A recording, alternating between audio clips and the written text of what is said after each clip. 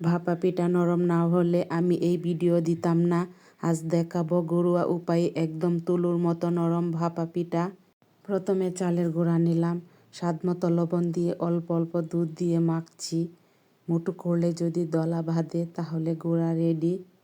চালের গুঁড়াগুলো একটা ছোট ছিদ্রের চালনি দিয়ে চেলে নিচ্ছি, এতে করে দানাদার হয়, খেতে ভালো লাগে। পিঠা বানানোর জন্য এরকম ছোট ডাকনা, ছোট বাটি নিয়েছি। পাতলা সুতি কাপড় নিয়ে পানিতে ভিজে কাপড়টা চিপে নিয়েছি। ছোট বাটিতে আগে চাউলের গুঁড়া নিলাম, মাঝখানে খেজুরের গুড়, উপরে আবার চাউলের গুঁড়া দিয়ে সমান করে নিলাম। উপরে কোরা নারিকেল দিয়ে ভিজা কাপড়টা দিয়ে ডেকে দিয়ে মুড়িয়ে নিয়েছি। এভাবে সবগুলো পিঠা বানিয়েছি।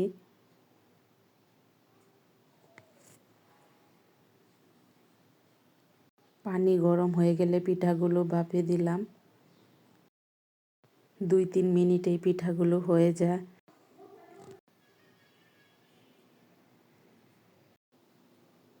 হাত দিয়ে পিঠা তুলতুলে লাগলে বুঝবেন পিঠা রেডি। ভাপা পিঠা অনেক সময় শক্ত হয়ে যায়, কিন্তু এই নিয়মে পিঠা বানালে তুলোর মতো নরম হয়। শীতের দিনে বা অতিথি আপ্যায়নে এই ভাপা পিঠা সবাই পছন্দ করবে। একটা কমেন্ট করলে আমার খুব ভালো লাগে। আমি আমার বাচ্চাদের সব সময় এই ভাপা পিঠা বানিয়ে দিই, আমার বাচ্চারা খুব পছন্দ করে। আপনারা দুধ দিয়ে ভাপা পিঠা বানান না শুধু পানি দিয়ে? কমেন্টে জানাবেন।